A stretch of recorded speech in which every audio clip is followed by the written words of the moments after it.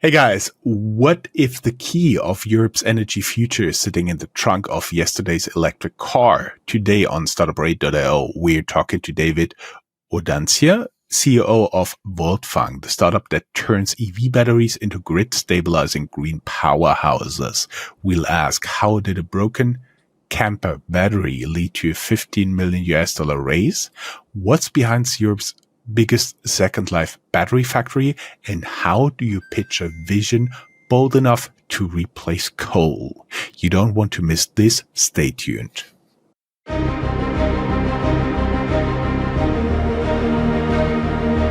Welcome to Startuprad.io, your podcast and YouTube blog covering the German startup scene with news, interviews, and live events.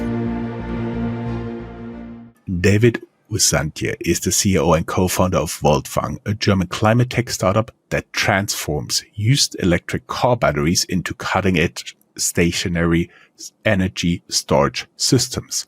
With a background in industrial engineering from RWTH Aachen, David leads one of Europe's most ambitious second life battery initiatives. A company that just raised 15 million euros opened the continent's largest second life battery factory and secured projects with partners like Stuttgart Airport and grid operators. Voltfang's technology is not only reducing CO2, but also decentralizing energy security across Europe. David, welcome to the show. Thanks for having me. Totally my pleasure. We already made some jokes before we started, so we're both pretty relaxed.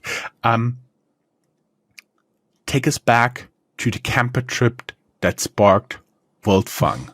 When did you realize there was a business behind repurposing EV batteries, and are you still camping? I actually wish I was still camping. It's a long time ago when we were camping the last time. But to start the story, I'm David, co-founder and CEO of Voltfang. I'm originally from Cologne, so in Germany we say Kölsch Jung. Then I moved to Aachen because of my studies 10 years ago, roughly 11. Where I also met my two co-founders, Afshin and Roman. So we started studying together at the RWTH. And if you are studying there, you always want to escape when the exam phase is over. So what we did, we bought a camper van together. And the reason was just to get out, to get to the Netherlands, to the Belgium, to every kind of party, festival, or vacation we could, to get some freedom back. And that's what we did. We bought a camper van, an old-timer Fiat Ducato, which we lovely called Mia. And with Mia, we did everything. And the problem was just that Mia is an old-timer with not such a huge motorization, and the batteries was as old as Mia. And in Germany, you need to be 30 years or plus years old to be an old-timer. Therefore, you know how degraded the battery was. So our idea was to change, first of all, the battery storage system inside of it, and also to integrate a solar panel on the roof, because if everybody wants to charge their phones, then the battery gets empty extremely quickly. So we decided to do that. Roman just jumped on the roof and put a solar panel from eBay Kleinanzeigen inside of it, or on top of it. And then the idea was, which kind of battery shall we take? And we found out that you could buy Tesla batteries just out of the eBay Kleinanzeigen, and therefore we said, why shouldn't we take them? Easy answer, way too heavy, and the motorization is so bad we just go downhill if we want to get up a hill. Therefore, we decided not to do that, and we bought another battery storage, and then we put it inside. Everything was fine. But a few weeks later, Roman's father just asked him whether he knows where to buy a storage system for his workshop. So he has a solar panel on the roof, and he wants to consume as much solar as possible. And we engineers are really naive, and we think we can do everything. Therefore, Roman just said, we can build you one. And that's what we actually did. We just closed the doors behind ourselves for we anticipated 3 days. In the end, it was 2 weeks to build a storage system with these kind of Tesla modules, everything based on open source. And after 2 weeks and a lot of, no, not a lot, really less sleep, we were able to actually run the system. And then we thought, look, we are at the end of our studies. We don't want to just end up in a corporate. We want to do something which matters. And actually, we want to be free also in our work. Therefore, we said, look, let's just sell it from the neighbor to the next neighbor and maybe to 5 other neighbors. So that was the idea, just to sell one by another. And we didn't even thought about VC startup and raising a lot of money and so on and so forth. We just thought, maybe that's a solid business. And after the university, when you don't do it after university, when shall you do it then? And therefore, we started Voltfang. Interesting story, I have to admit. Taking it from there, what was your first major challenge, like tech, regulation, or team, that made you doubt that your idea may work? So in the end, we just started. We had the tech, we had a prototype running. We didn't have so much knowledge about batteries, therefore the tech was one of the biggest things. We actually didn't care about the regulation so much. We just said, okay, they have pilot projects. We just start and try, and therefore we didn't think so much about regulation. And the team, since we three are friends and long-time friends, we didn't care about the team either. And also the other VTH has a lot of engineers who are like-minded. Therefore, that was also not an issue. So tech was the biggest thing, and selling our storage systems with the limited amount of capital we had in the beginning. So we just said, look, how could we develop something with so less money? And then we tried to sell something which we didn't even have. And it was actually really hard.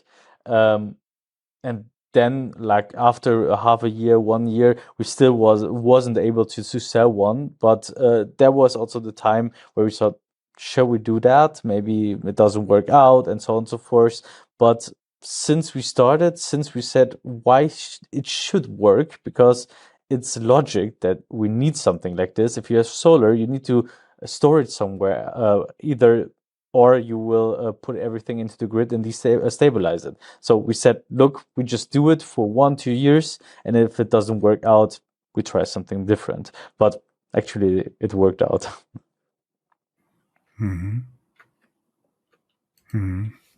I see. So at one point you realized it works out. I was wondering, when you were a student in Aachen, now you're clean tech founder helping to rewire Europe's grid. Did that also change your self-image? Totally. To be completely honest, it changed it totally.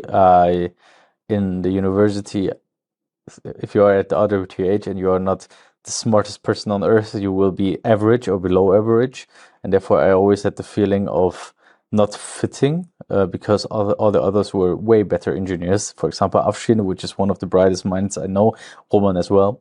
And therefore, I always had the feeling of not being able to do what the engineers are doing.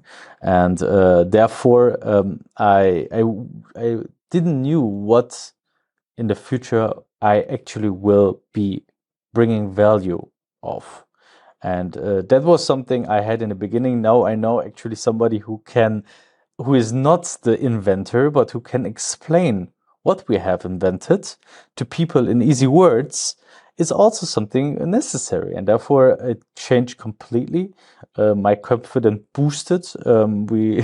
We hold ourselves humble all the time, but still after 5 years, after building up a not small company anymore, rather a big company, you have some self-confidence in your decisions, in the skills you have, and therefore it's changed. I see.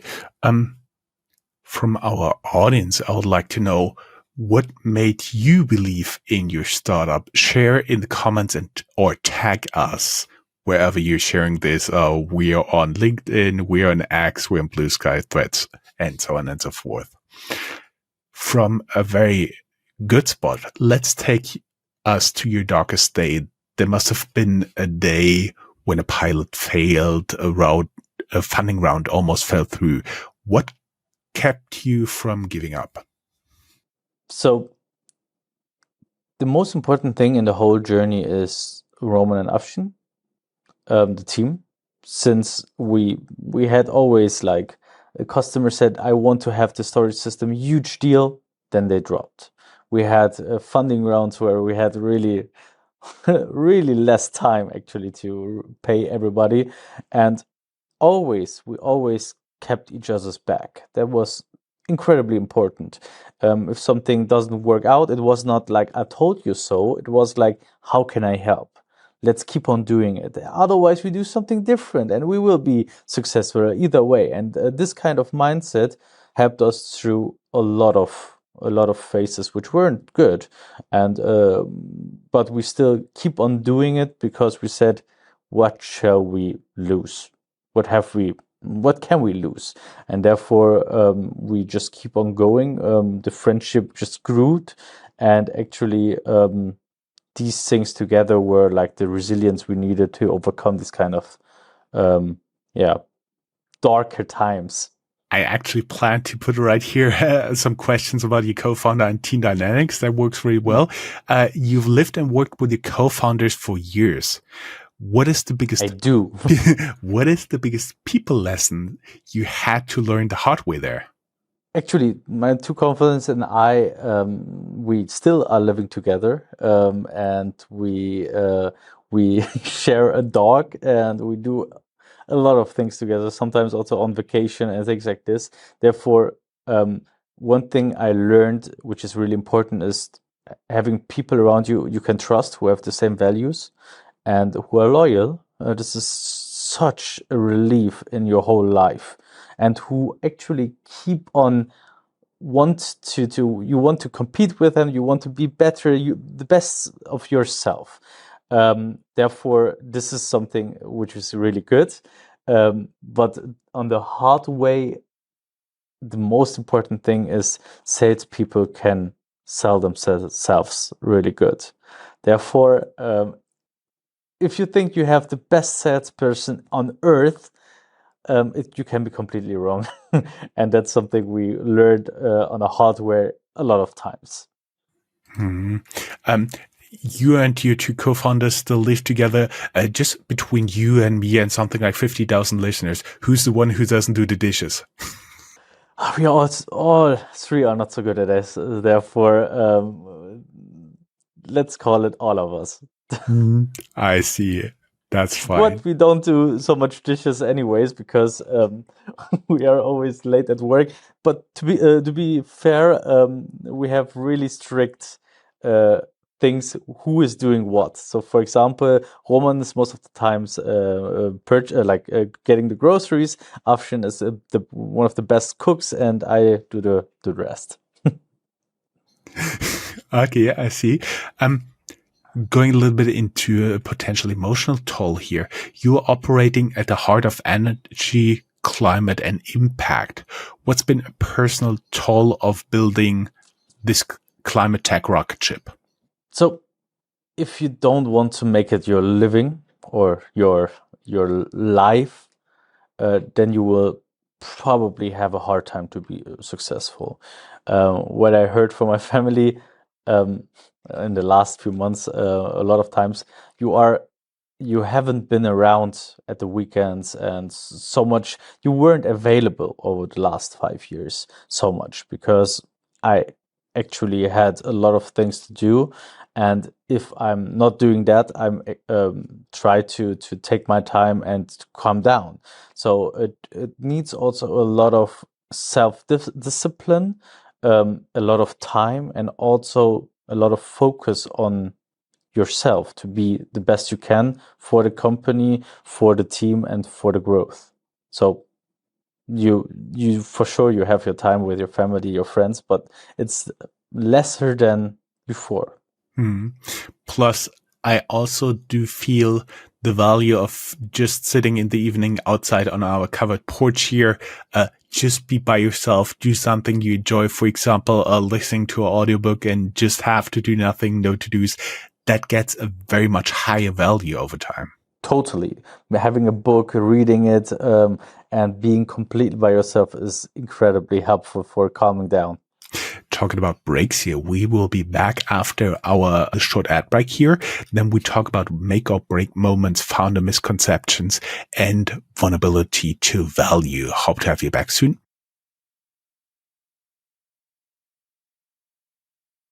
Hey guys, welcome back to the interview with David from Voltfang. We've been talking about a lot already, and now I want to dig a little bit deeper. The make or break moment. You've transitioned from a startup to scale up. Was there a point when you had to pivot hard or double down? Yes, a lot of times. So in the beginning, we started as a residual storage provider, so for the home storage. We figured out that's not the best way to grow. Therefore, we decided to pivot into commercial and industrial. We did a lot of things by ourselves, which we said, no, we need to focus and focus and focus. Therefore, we needed to pivot from home storage to commercial industrial storage system. We needed to also change sometimes the business plan, the strategy, so on and so forth. So yes, a lot of times. You need to always evolve yourself. You need to you have a lot of evolutions within yourself as the company leader, but also the company as itself. I was wondering, is there like one moment that extremely has been sticking to your mind for that? When we started, we wanted to give the people the opportunity to actually produce and own their own energy. So if you own a home or you are living in a home, then the solar energy, the storage system, you can be as self-sufficient as possible. Giving away this kind of dream of being able to help everybody to decentralize the energy, that was a hard moment. So what I mean is the pivot from home storage to commercial industrial was hard times. Your misconception. I'm very sure that everything worked out the way it should be, but what were you completely wrong about when you launched, like tech readiness, market demand, or was there something else? And how did you fix it? Yeah. The misconception is really in the DNA of an engineer, to be able to do everything by yourself. So we started to develop a testing facility. We wanted to develop and certify a battery management system, the whole system by itself, then the energy management system. So we wanted to do everything on the horizontal to actually on the tech side, because we thought, okay, Tesla can do it, why shouldn't we do it? And that was actually one of the biggest misconceptions we had, since you need to focus. You need to focus, and again, you need to focus to be able to grow fast. And that's something we figured out rather sooner, but for us it was late, after 2 years or 3 years, and therefore we burned a lot of money and time by following different paths, which in the end we needed to cut and just focus on the main things we need to do. You've shared openly about building in a tough space. What part of yourself felt like a liability but turned out to be an asset? So, as I mentioned, when I was studying, I always had the feeling that not being able to actually get to be able to invent something new is a huge liability. To not be able to understand everything on point in the first second, when you were in mechanics or physics or something like this. That was, in my opinion, always a bad liability for myself. But this turned to be something, my biggest asset, because I believe being able to understand them and after a while, and then being able to also explain it to everybody was extremely important if you are in a team of really true engineers. And therefore, this is something I believe which is from liability to asset. Mhm. For our audience, guys, what's one founder trait you've turned from a liability in a powerhouse? Let us know on Threads or LinkedIn. There are always surprises when you're an entrepreneur. What was the most unexpected insight you've learned from customers, supermarkets, airports, or grid operators? So, what we actually found out was that all of the companies didn't have so much knowledge about their energy space. They didn't knew how much they are actually consuming and how much they're producing, how much they need, what they can actually avoid on cost of the energy. Therefore, that was something we actually figured out really quickly, that we need to show everybody what they are capable of. And this is something we didn't expect, but that's actually also something which helps us a lot to grow, because there are so many potentials we with our battery storage system can take for any kind of customer. Therefore, that was amazing to figure out. If you are a huge company like Bayer or something, then you know everything about your energy, but everything below that, there you don't have the capabilities of actually figuring out everything, and that's something we want to help with.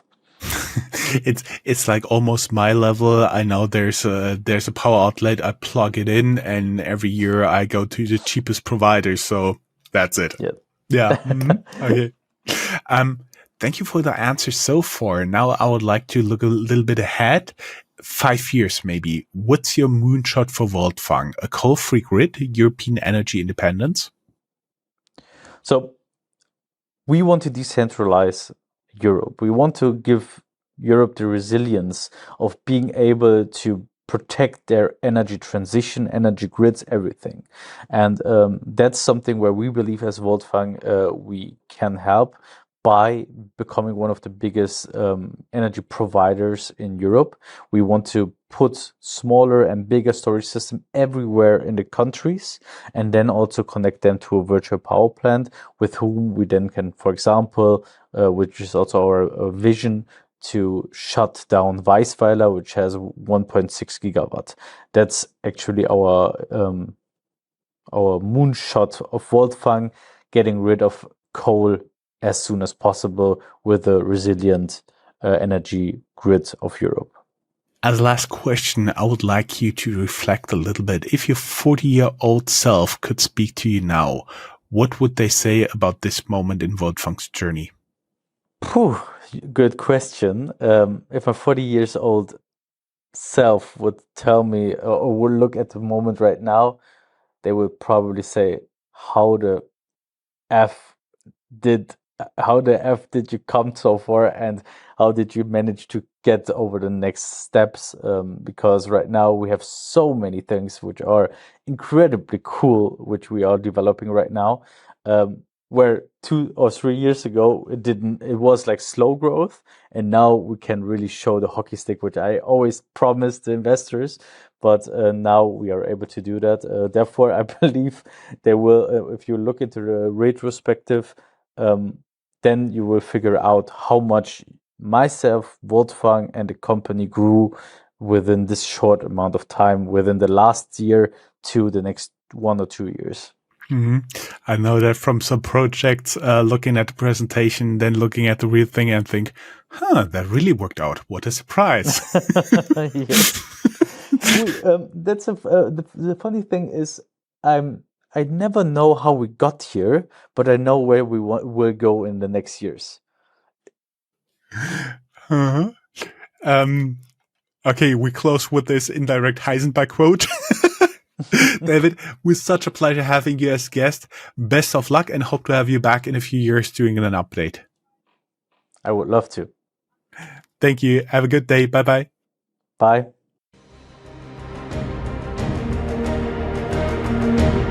That's all, folks. Find more news, streams, events, and interviews at www.startuprad.io. Remember, sharing is caring.